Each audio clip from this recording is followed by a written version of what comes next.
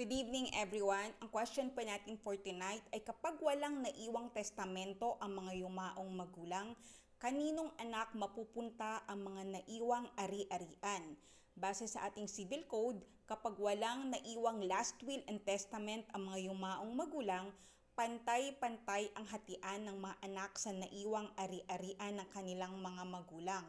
So mayroon silang pantay na karapatan sa mga ari-arian, mapabunso man yan, panganay or middle child.